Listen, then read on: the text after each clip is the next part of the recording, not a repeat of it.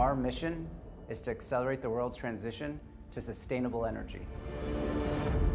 It's only possible because of the incredible people here at Tesla. They are absolutely committed to the cause of sustainable energy, and that is why we can do what no other company can do.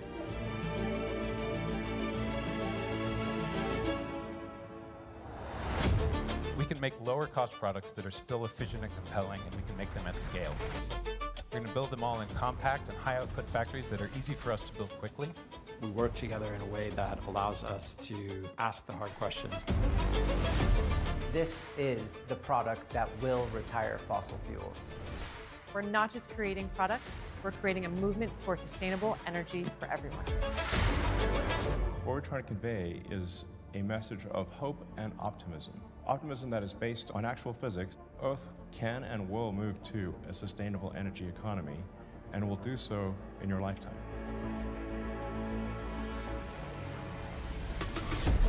The solution to scalable FSD is getting the architecture, the data, and the compute just right, and we have assembled a world-class team to execute on this. Every truck that we put on the road that replaces a diesel truck makes a huge difference towards driving us towards our total mission of sustainable energy and transportation. You can see and you can feel the collaboration that's happening and the pride that everyone has in working for Tesla.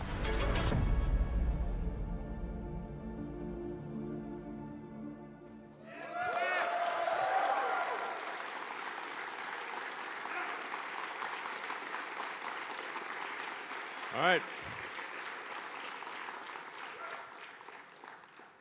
Well, let me start off first by thanking everyone at Tesla for your incredible hard work. The Tesla team is an incredible team, great human beings. Anyway, some of the finest people in the world work at Tesla, designing and manufacturing our incredible products. So my thanks to you for everything you're doing. Well done.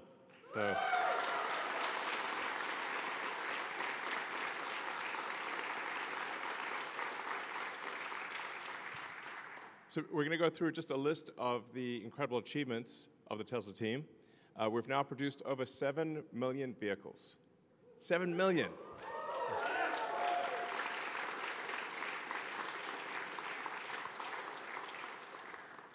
In our first year of production, we produced just over 20 vehicles. And I thought, well, maybe we might one day be able to do 10 or 20 a week instead of 10 or 20 a year. And the way things are tracking right now, we will actually have made over 10 million vehicles next year. So we'll pass the 10 million vehicle cumulative. That's a lot of cars, man.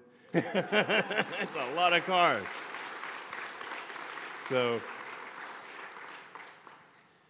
it's really, and it's incredibly difficult, as you know, to design, to build, to manage the supply chain with thousands of suppliers, make sure everything arrives.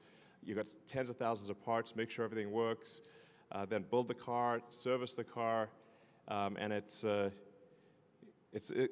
really difficult. Frankly, the car business is a tough business. But there are times when there are rocky moments, like things are like a little bit of stormy weather. But what I'm here to tell you is that the future is incredibly bright and exciting, and we're going to do things that no one, I think, has even dreamed of. We've said we're going to do it, but I think until we actually do it, people won't believe just how incredible it is. So I'm going to go through all of the things that we're accomplishing here. So once again, thank you very much.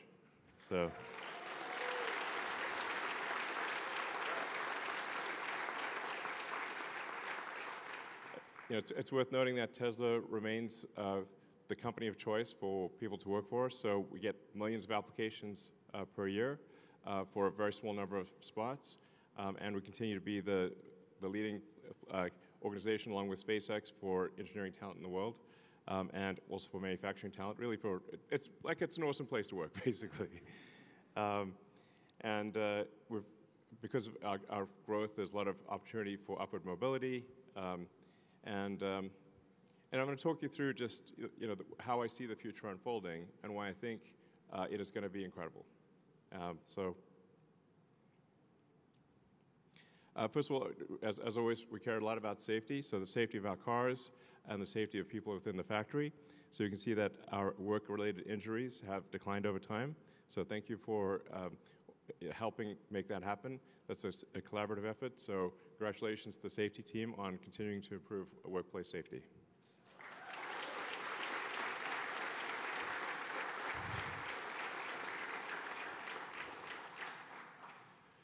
So one of the things that may seem like, how do you pull it all together is, where does AI and robots fit in this sort of sustainable energy picture? Like, is that just like some weird side project, or what? But it's because what we're really aiming for here is maybe a better way to think of it, rather than sustainable energy, is sustainable abundance for all. So if you think about, like, what is the future that would, what's the most exciting future that you could possibly imagine? Like, what does that future look like? It's worth thinking about that. Just imagine a future. What does that amazing future look like? How about a future where you can have any good or service you want at will? A future of abundance for all, where really anyone can have anything. It sounds impossible. It sounds like surely such a thing cannot be the case. But what I'm here to tell you is that will indeed be the case. That the future we're headed for is one where you can literally just have anything you want. Like, if there's a good or service you want, you'll be able to have it, and ultimately everyone in the world will be able to have anything they want. What's key to that is robotics and AI. So once you have self-driving cars and you have autonomous humanoid robots, where everyone can have their own personal C-3PO and R2-D2, but even better than that, that's Optimus. You can imagine like your own personal robot buddy that is a great friend, but also takes care of your house. We'll clean your house, we'll mow the lawn, we'll walk the dog, we'll teach your kids, we'll babysit, and we'll also enable the production of goods and services basically with no limit. And when you combine that with sustainable energy from the sun and batteries, we can also, at the same time, also maintain a great environment. So that, I think, is the future that we want. A future where nobody's in need. You can have what you want, and we still have nature. We still have, the beautiful parts of nature that we like. I think that's probably the best future. What other future would you want? I think that's like the cool future. And also space travel, let's not forget that. So if you can have basically anything you want and travel to space and go to Mars, and that's about as good as it gets. It's like, that's it. So that's really what we're trying to do, is take the set of actions most likely to lead to a great future for all. So that's what I mean by sustainable abundance. The combination of things that we're making with Optimus and AI compute will achieve an age of abundance for all. Like, actually. So it's going to be pretty great. And Model Y became the best-selling vehicle in the world. It's, FYI, we do make the best,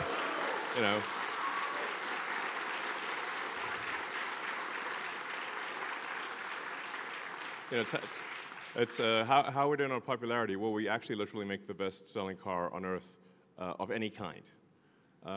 So that's, and it's for 2 years in a row. So, and it's going to be the best-selling car on Earth again this year. So.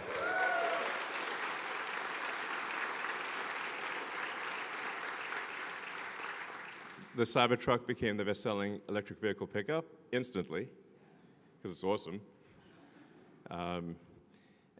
Tesla was the best-selling electric vehicle in Europe, the fastest-growing brand in South Korea, and we launched in a lot of new markets, including Qatar, Lithuania, Chile, and the Philippines, and we'll be opening in a whole bunch more markets as well. So Teslas will be available worldwide.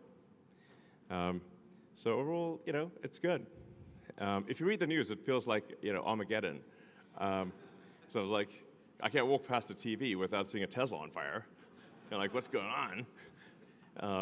Some people, it's like, listen, I understand if you don't want to buy our product, but you don't have to burn it down. That's a bit unreasonable, Like, like, this is psycho. Stop being psycho. Okay. And we launched the new Model Y. Congrats to the team on that. So.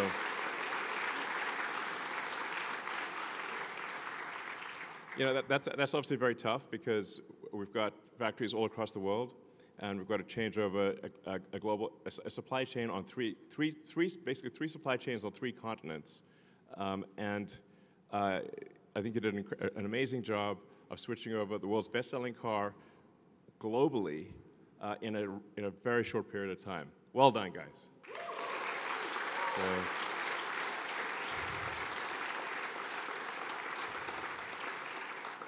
And let's not forget, also, we upgraded Model 3 last year. So I would encourage people to also buy the Model 3. It's a great car, actually. So, and the Cybertruck is achieved 5-star safety. These days, sometimes things get a little dangerous in the neighborhood. The Cybertruck, being bulletproof and all, can come in handy. But apart from being bulletproof, it's also very safe in a crash.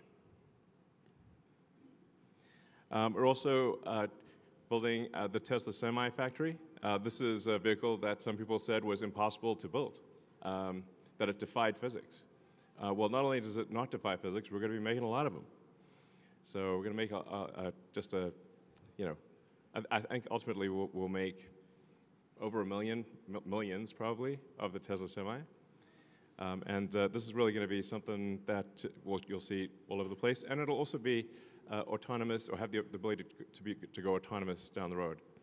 So really, autonomy is a massive, massive thing. The future is autonomous. I always sort of think, like, what will the future look like in 5 years, or 10 years, 20 years? And 5 years from now, autonomous cars are going to be everywhere. Primarily going to be Teslas, by the way. But autonomous Teslas will be everywhere. I think in 5 years, probably we'll have regulatory approval, I think, globally. So you'll have autonomous Teslas on every continent, taking people on trips, and almost the entire fleet, which will pass 10 million vehicles next year, is capable of full autonomy. So even without the Cybercab, we still actually have a gigantic fleet that is capable of being autonomous. And the thing about being an autonomous car is that it can be used much more than a car that is not autonomous. A typical passenger vehicle car will be used about 10 hours a week. So people might use it for an hour and a half a day on average for 7 days, which is about 10 hours a week. But there are 168 hours in a week. So if you have a car that's a robot car that can drive autonomously, it can now be used potentially for 80, maybe 100 hours a week. So you could have a car that has 10 times the usefulness of a non-autonomous car, but it still costs the same. In fact, the fleets are already built. So the software update just enables that capability. Overnight, you have an increase in usefulness of 10 million cars that suddenly become like 50 million cars, or maybe 80 or 100 million cars of usefulness overnight. That's a profound thing. Like, nothing like that has ever happened before. There is no analogy that there's never been something where a software update increased the value of a gigantic asset base by a factor of like 500 to 1,000%. So it's very difficult for, like, you know, people in the stock market, especially those that look in the rearview mirror, which is most people, to imagine a future where suddenly a 10 million vehicle fleet has 5 to 10 times the usefulness. It's so profound, and there's no comparison with anything in the past that they just can't, it does not compute. But it will compute in the future. And some people like Kathy Wood at ARK Invest do see the future. So what I'm saying is hang on to your stock. So.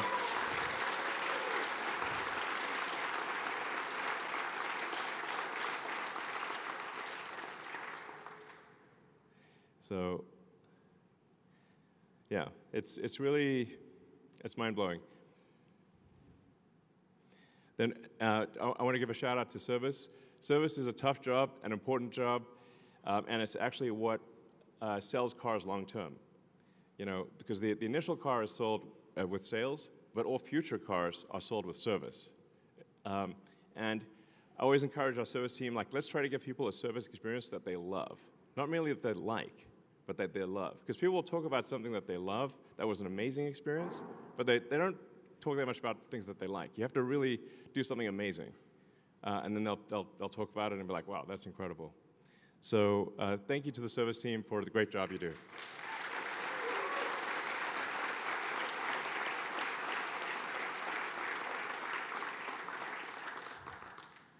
And I mean, you can see sort of, I like this sort of light map of superchargers. You can see you can go practically anywhere in the US, Mexico, Europe, China, well, I guess not the outback of Australia, but you know, most of the places where people live. So our supercharger network continues to grow significantly, and we keep upgrading our superchargers. This is, in fact, I still run into a lot of people who don't realize that you can drive, you can take your Tesla on a road trip anywhere in America or anywhere in Europe, anywhere, pretty much anywhere in China, just using the Tesla supercharger network. And it's actually easy and convenient. So people think that they're, whatever the range of the car is, that's as far as they can go. It's like, no, you can just stop at a supercharger network. The car's battery will last longer than your bladder. I'm pretty confident. So that's really the threshold. As long as the car battery lasts longer than your bladder, and you just plug it in when you go to the restroom, and you come back and, you know, grab a coffee or whatever, and you're back on the road and everything's good, then that's the range that matters, and the supercharging speed that matters. So, yeah, so congrats to the supercharger team on expanding network and do great work there. So.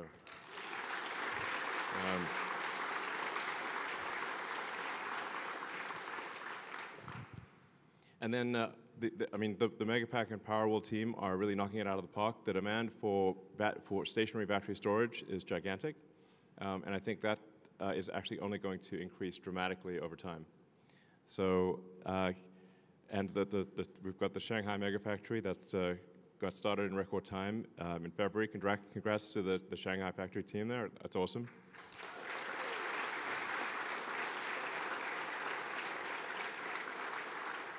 And the Powerwall 3 is, it usually takes about 3 major technology iterations for a product to be great.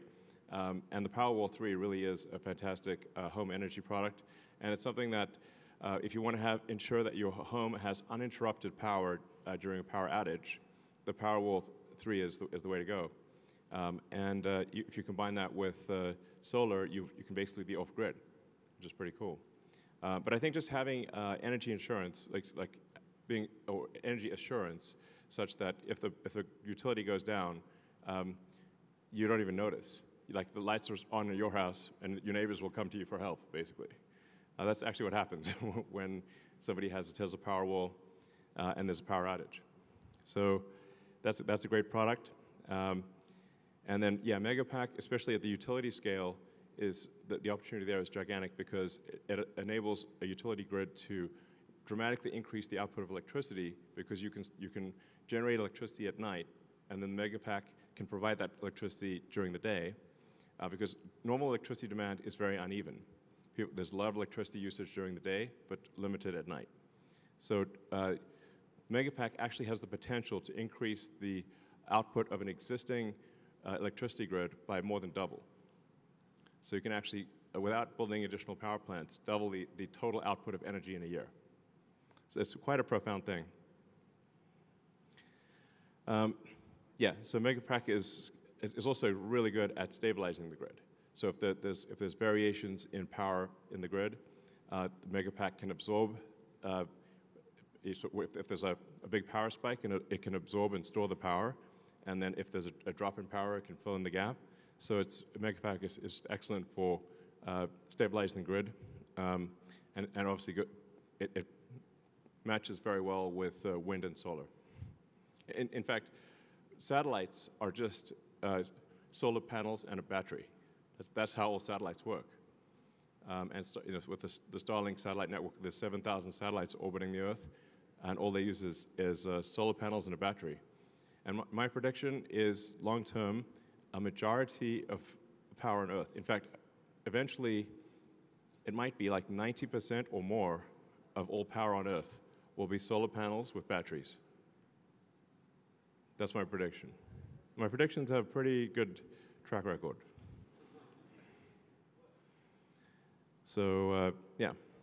And the power walls can also act as kind of a virtual grid. So if you have thousands of power walls in a neighborhood, they can actually work in concert to stabilize the grid.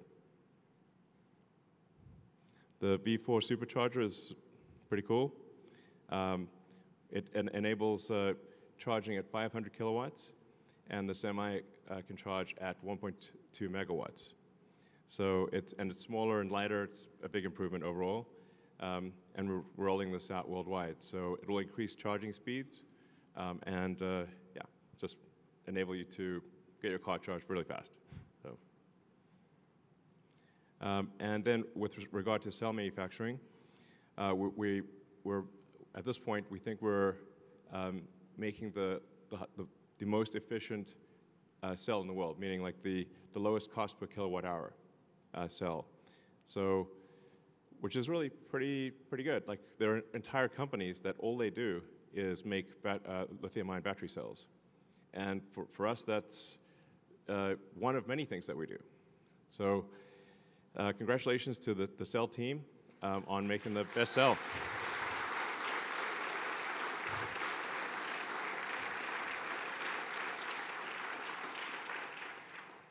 So that's a really big deal. And then we're also investing in the whole battery supply chain. So we have cathode production, we have lithium refining, and then more. Yeah, hopefully, we're sort of hoping someone else will do the anode. We might have to do the anode. I hope someone else does it. Why do we have to do all these things? Yeah, a lot of people think like we do a lot of these things because we want to, but really it's often just because we didn't have any choice, nobody else was doing it, so we had to do it. So yeah, a lot of new factory milestones. So in Berlin, we produced 660,000 drive units. Fremont, we built our first Optimus at the Optimus production line in Fremont.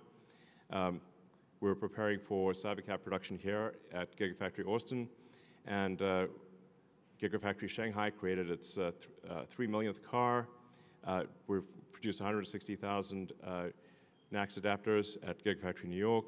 And we've got record battery pack production at Gigafactory Nevada. So congrats to everyone.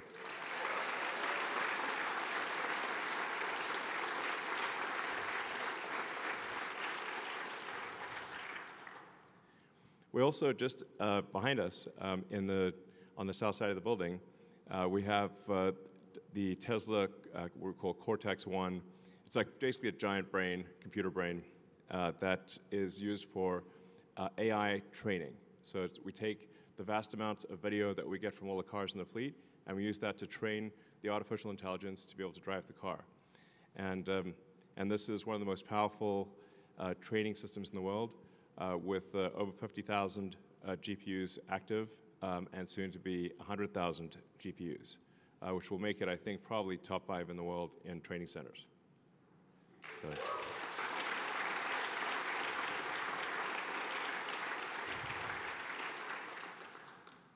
We're also continuing to make progress on our Dojo training supercomputer.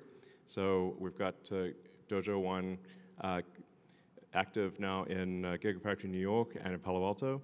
And it is actively working. It's actually taking load on, it's doing a meaningful percentage, well, I guess 5% or whatever. But it's still something, 5, maybe approaching 10% of the training load of the self-driving AI is being done by Dojo. And then we've got Dojo 2 that's coming down the line. That'll be probably 10 times better than Dojo 1. And so it's sort of exciting. We're making good progress with Dojo.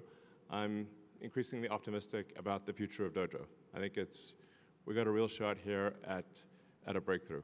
So congrats to the Dojo team.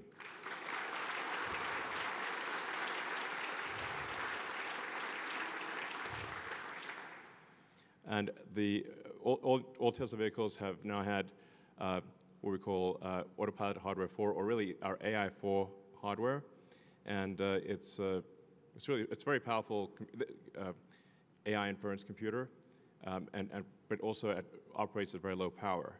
And even to this day, even though this has been something we designed several years ago, there actually isn't anything on the market that we can buy that is better than AI 4. So, and obviously in the future years, we'll have AI 5 and AI 6. Sometimes people say, should I wait? I'm like, well, we're always going to have another version, so there's no point in waiting, because you'll be just waiting forever. But we obviously will have an AI 5 and an AI 6 and an AI 7, and we'll keep improving the AI compute. So for those out there that are interested in developing advanced chips, come work at Tesla. Yeah. And it is always, I think, profound to watch our cars driving with no one in them. And we actually have the cars doing useful work for the first time with no one in them, which I think is really, it's a significant milestone. So the cars are driving from end of line in Fremont to park themselves. And I think we've just started doing that here in Austin. So we'll be, the car literally goes from end of line in Fremont to its destination parking spot where it gets picked up by a truck for delivery to a customer, and it does that with no one in it. And it's now doing that all day, every day. Like pretty much like it's just a matter-of-fact thing. Yeah. So, let's see. And obviously, for anyone that's using it, you can see the dramatic improvements in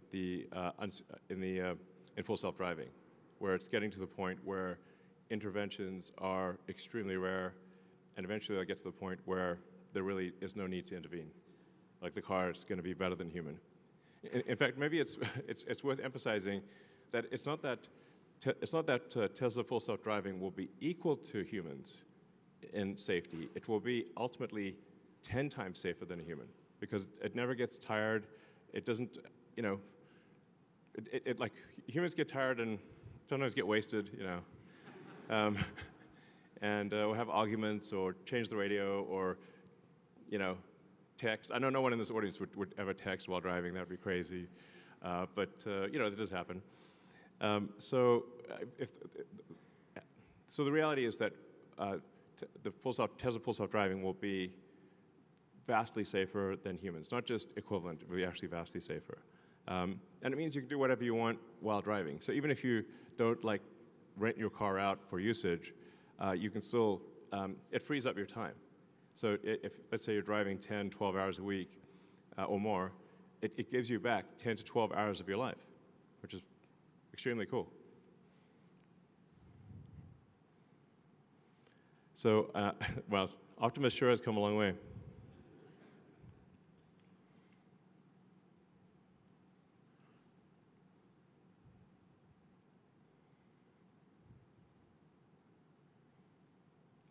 So the new Optimus 22 degree of freedom hand and forearm is now in production.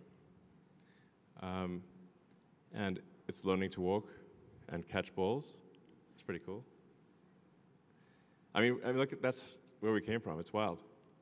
So in a very short period of time, Optimus has gone from being an idea to the most sophisticated humanoid robot on Earth.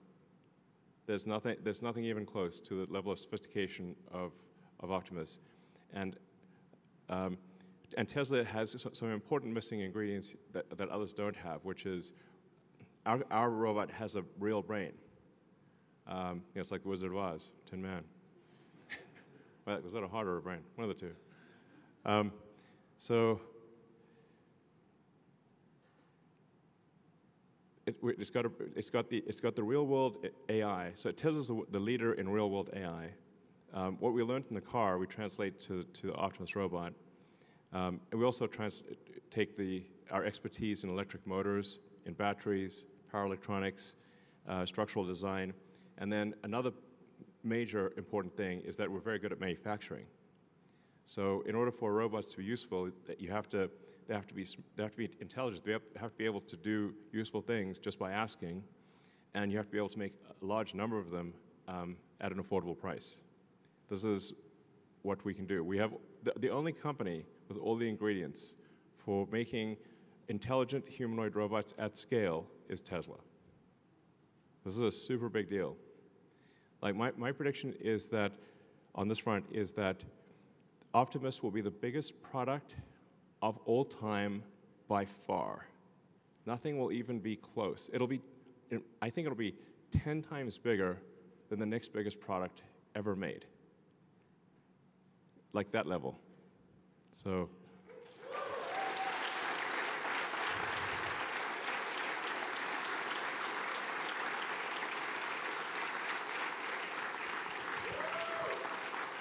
Yeah.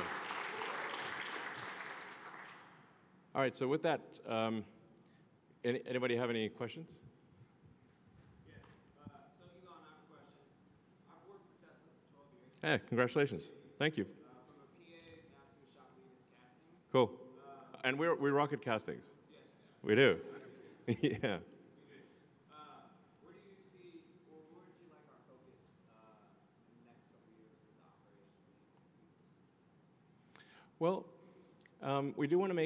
we want to scale up production to new heights. Obviously, with the Cybercab, we're going to be. Cybercab is not just revolutionary car design; it's also a revolutionary manufacturing process. So I guess we probably don't talk about that enough. But if you've seen the design of the Cybercab line, it doesn't look like a normal car manufacturing line. It looks like a really high-speed consumer electronics line. It's, in fact, the line will move so fast that that actually people can't even get close to it. Like that's, I think it'll be able to produce a car ultimately in less than 5 seconds. Like, can you imagine a car coming off the line in less than 5 seconds? That's like, whoa. Which means casting's got to happen fast. Yeah.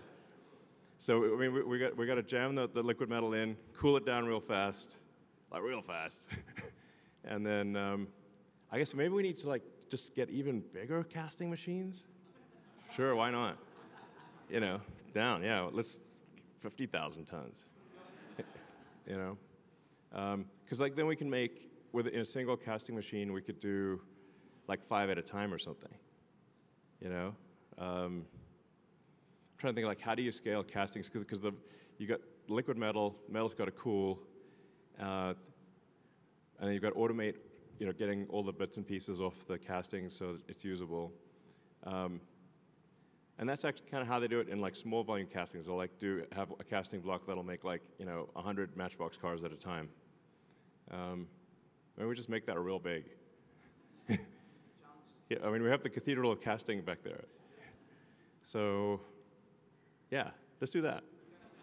I mean, let's see what is the limit of physics of how big can a casting machine be? Let's find out. I'm down. let's have some fun here. Push the limits of technology. All right. Hi, Elon. I've been with Tesla for the last 8 years. Cool. It has been the most exhilarating 8 years of my career, and truly want to thank you for your leadership. I also have two little... Thank you for your contribution. Thank you. Thank you for your leadership. I also have 2 little girls who spend their weekends cruising around in their very awesome Cybertruck. Cool. I'd love to know when we can add Optimus to the family. Oh yeah, it's a good question. So this year we hopefully will be able to make about 5,000 Optimus robots. We're technically we're aiming for enough parts to make 10,000, maybe 12,000. But since it's a totally new product with totally new, like everything is totally new, I'll say like we're succeeding if we get to half of the 10,000. Now, but even 5,000 robots, that's the size of a Roman legion, FYI, which is like a little scary thought, like a whole legion of robots. I'd be like, whoa, okay. But I think we'll literally build a legion, or at least one legion of robots this year. And then probably 10 legions next year. And I don't know, it's kind of a cool unit, units of legion. So probably 50,000-ish next year. And then it's probably ready I'm hopefully ready for Optimus to be used outside of Tesla-controlled environment, or maybe around the middle of next year, second half of next year sometime. So I think that sounds about right. Probably second half of next year is when they'll be available. And then we will offer Optimus robots first to Tesla employees. So you guys get the priority.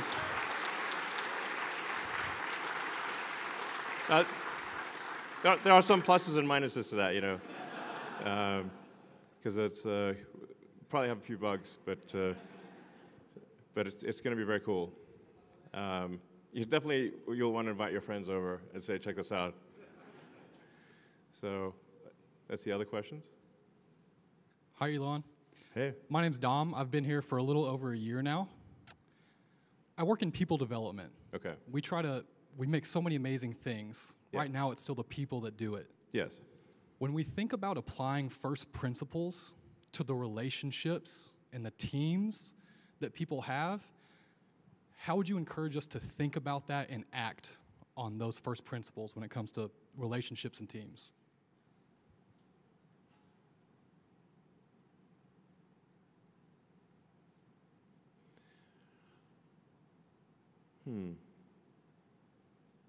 Well, I think there are actually quite a few things I've written over the years that it would be good to compile into like a, I don't know, booklet or something.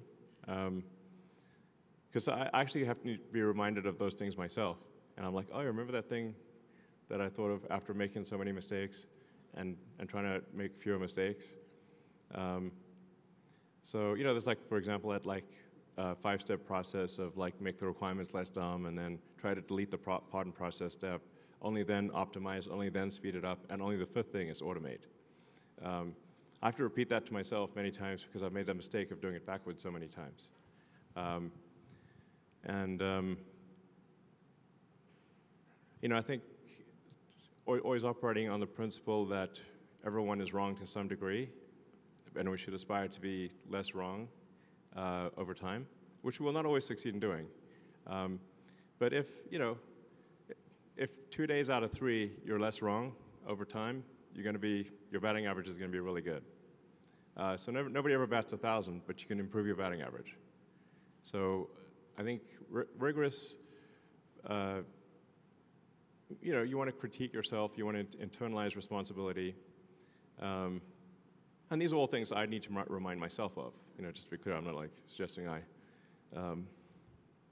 internalize responsibility. Be less wrong.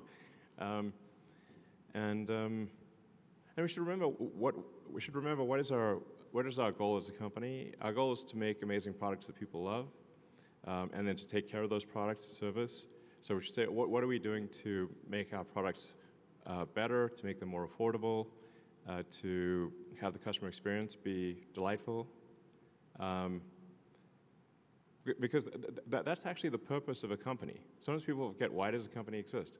A company exists, it's a group of people collected together to produce a compelling product or service that others find useful, and where the value of the product and service is greater than the cost of what it took to make that product or service. So sometimes, weirdly, profit is like viewed negatively, but really profit is just the difference in value between the output and the input. It's like, what did it cost you to make it, and what did it cost you, and what are people prepared to pay for it? That's the value that you created. So it's tough, actually, even to maintain like a 10% profitability, which is to make the output 10% more valuable than the input. It's actually quite hard, especially in the car industry, which is very competitive.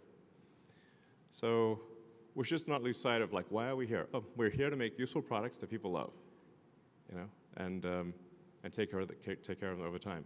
So then, how are we doing in that respect, and how can we do that better? So, sure.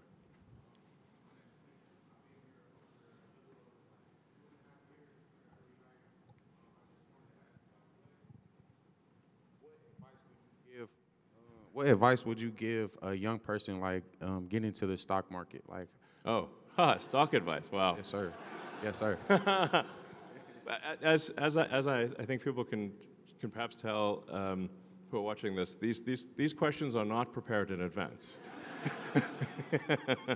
This is literally random questions from the crowd, which is cool. I'm fine with that. And I think that it's going to sound very straightforward, but you want to really buy stock in companies where you think the product that company makes will be better in the future.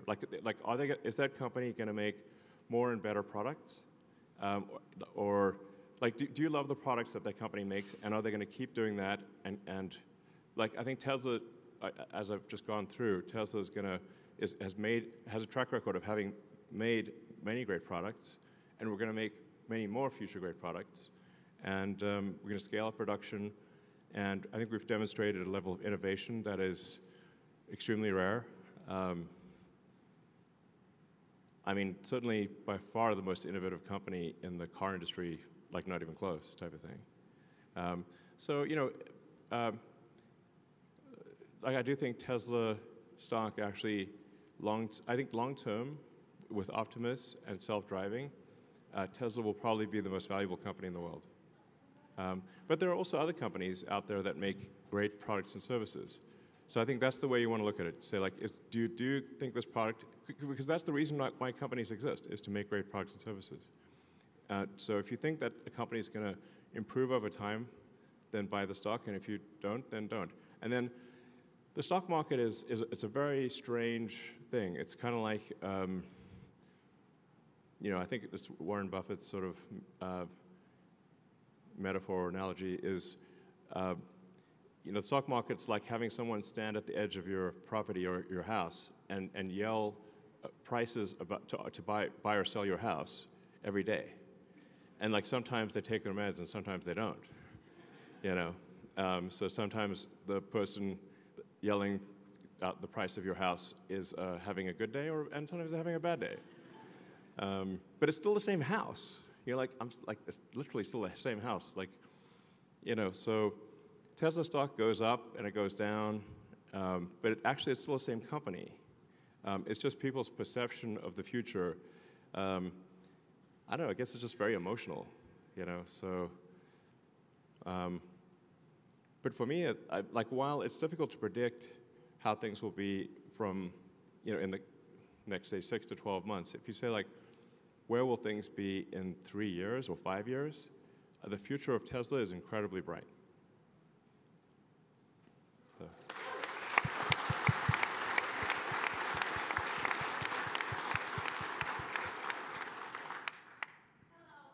Hi. Hi.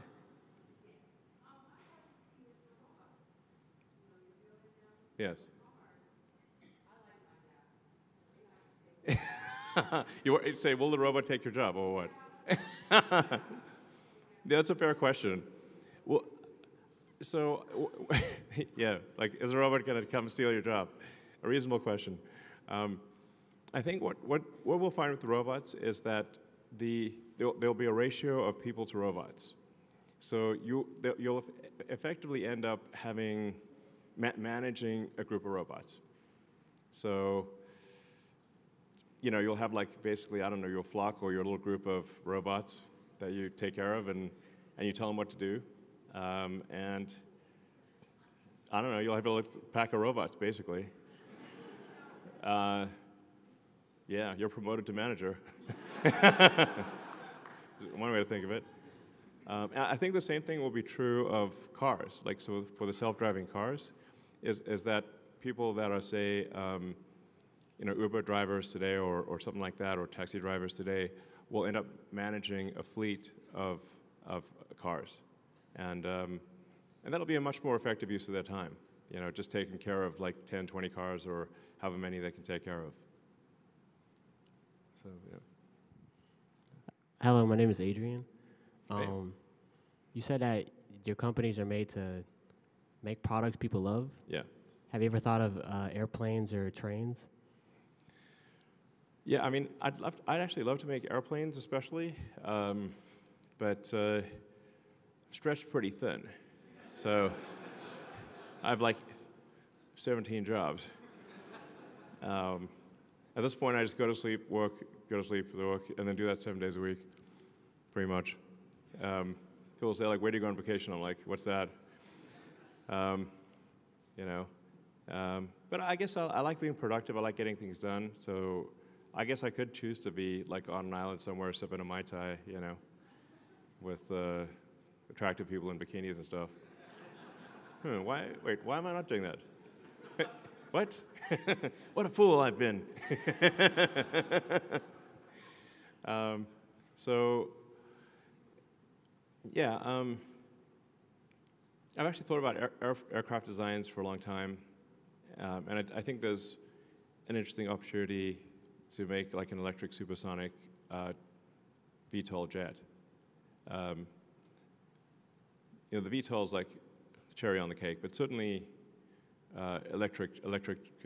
long-range, fast electric airplane would be very cool.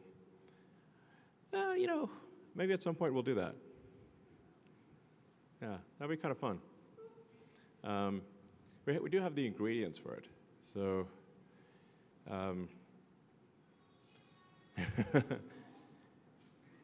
And then there is the potential for, again, we're like thinking like pretty far into the future here, of not a conventional train, but that sort of hyperloop, essentially vacuum tunnels, like tunnels where you draw a vacuum, so there's no air resistance, and you have very high-speed, autonomous electric pods in a vacuum tube, a vacuum tunnel. That would allow you to go from city center to city center much faster than any airplane could possibly go. Because going into an underground vacuum tunnel would it'd be like teleporting to super high altitude, effectively, which no plane could do, and then it could deliver you right to the center of a city. And that, I don't know, maybe that's some future collaboration with the Boring Company and Tesla. I got a million ideas. The ideas are, I had more ideas than I know what to do with. Ideas are kind of the easy part. Execution is the hard part. As they say, it's 1% inspiration, 99% perspiration. Work in manufacturing engineering. Since 2018, I've done a bunch of different things here, kind of like energy products, Model 3, Model Y, cyber, and now we're looking forward to Optimus, maybe the biggest product ever. Yeah, it will be. And I think about the mission statement of the company, and it's evolved. It used to be a sustainable transportation, then sustainable energy. Is it going to evolve again? Are we going to reformulate that officially to kind of explain to the world better about how Optimus and AI folds into the rest of the fabric of the company? Yeah, I mean, I touched on this briefly earlier, but you're right that I think we do need to articulate it more prominently and maybe more often, because it's really about sustainable abundance. You know, can we have a future of abundance for all that is also sustainable and compatible with nature? So we're not destroying nature, but you also get abundance for everyone on Earth. Sounds like the best possible future. That's what we're trying to do.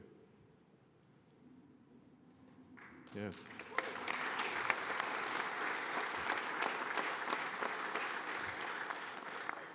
Yes, sir. My name is Aaron Armstrong.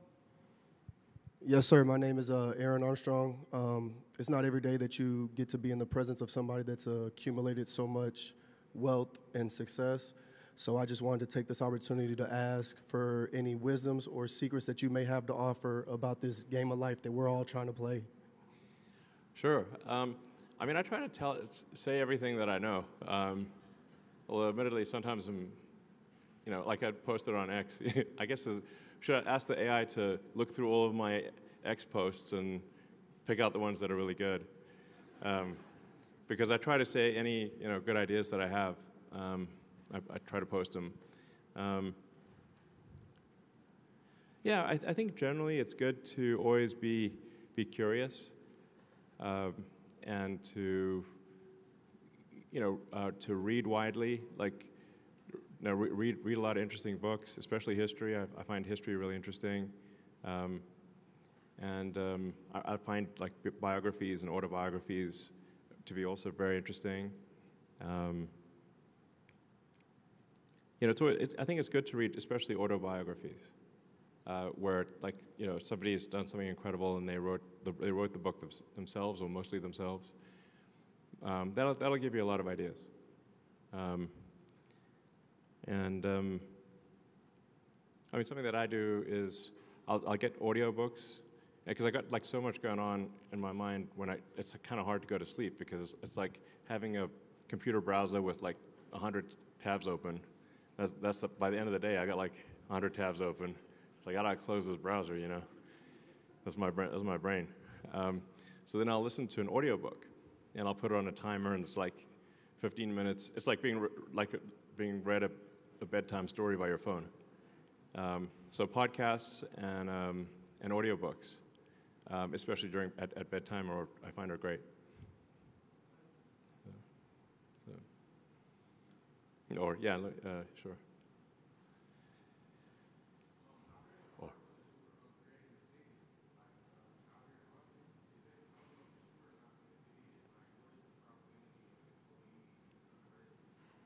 Sorry, I can't hear you. Oh, there's a city in South Texas which is Starbase. So it's a city for, it's in fact, cities maybe makes it sound bigger than it is, but it is. It's a really a small town plus a giant rocket factory. That's Starbase, and it's in South Texas and Starbase, Texas, right by the Rio Grande, and you can just literally drive there because it's on a state highway, so you can just drive through it, check it out. I do own a piece of property that's just across the river. That's kind of cool. It used to be like a horse place, like where they would give horse riding lessons and stuff. And at some point, I think it would be cool I want to do like this gigantic art project there. That's looks like an alien planet, like right across the river. But like that people could visit, you know. So then I might like live there occasionally. But really, it's a place to, like, I don't know, to envision sort of an alien planet art project across the river. It'd be kind of cool. Yeah. Yeah.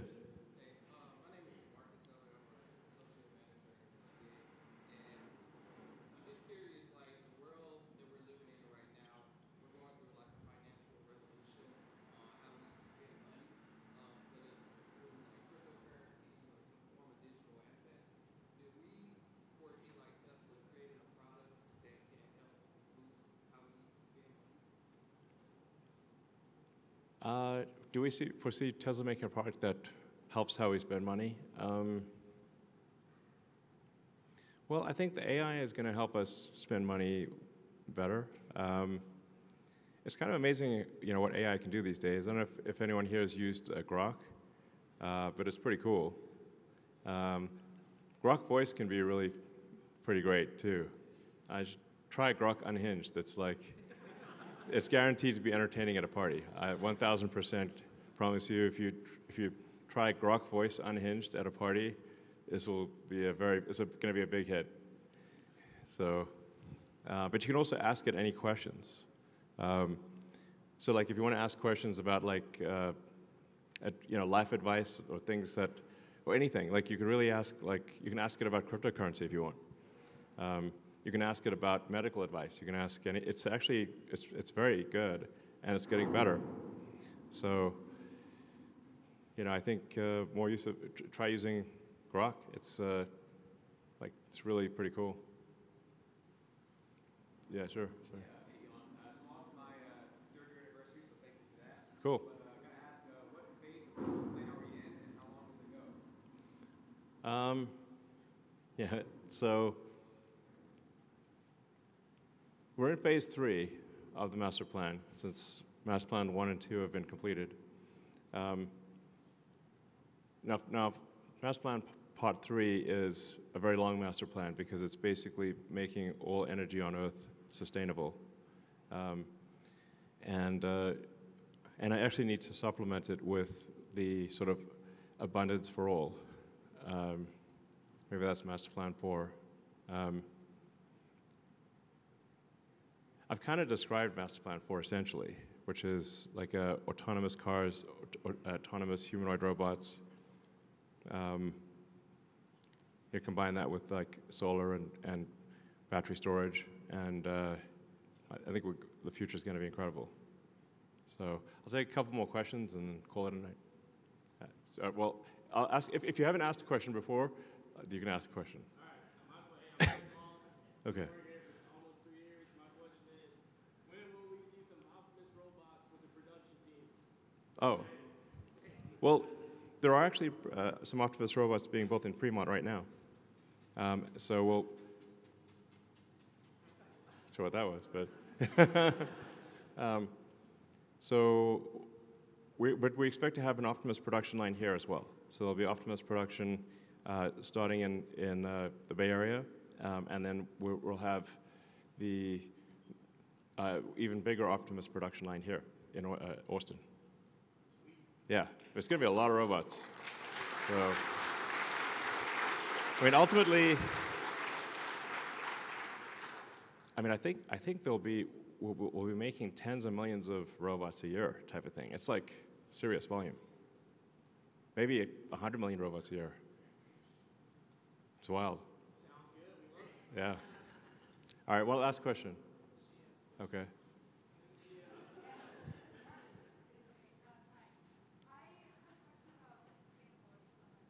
It's about sustainability? Abundance, yes. Well, yes. I mean, obviously, utopia could be dystopia. So we have to, like, usually any story about utopia ends up being dystopia. We want to avoid that. But nonetheless, I think if you say, what's the best future you can think of? I think a future of sustainable abundance plus space travel, that's pretty great. Yeah.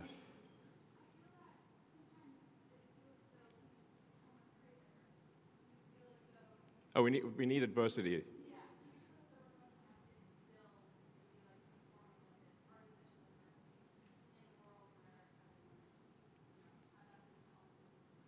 Well, I mean, you make a good point. Like if things actually get too easy, maybe we get bored and you kind of want to some degree, overcome adversity. It's like if you play a game of some kind, you want the game to be not too easy and not too hard. And maybe the future will be too easy, potentially, is what you're saying. It's a high-class problem, you know. But I think we'll still have human-to-human competitions. I mean, if you look at, say, athletics or even mind games like chess, although computers can beat any human at chess, chess is actually at an all-time high in popularity. And although cars can go faster than any humans, we still have athletic sports where humans compete against each other. So I think we'll still have human versus human competitiveness. I think long-term we will also have enhancement of humans, or optionally, if somebody wants to enhance, have cybernetic enhancements, like with Neuralink. If you want to go cybernetic and, I don't know, maybe have super intelligence and be able to see, in different wavelengths, we could absolutely provide superhuman abilities via Neuralink in the future. So one thing's for sure, the future is going to be very interesting. In fact, I think generally I find that the most interesting outcome is the most likely. Or said another way, maybe the most entertaining outcome, especially if ironic, is the most likely. It's almost like we're in an alien Netflix series that's trying to have the highest possible ratings. And if you think about it, that's kind of what happens. Which it doesn't mean it's always good. Because to your point, if you wouldn't really want to watch a show where things are great and stay great. I'm like, oh, that's boring. You want to watch a show where there's a narrative arc where things go up and they go down, they go back up again, and you don't know exactly what's going to happen next. And I think we might be in an alien Netflix series here. So we're just going to keep the ratings up so we don't get canceled. All right, thank you guys.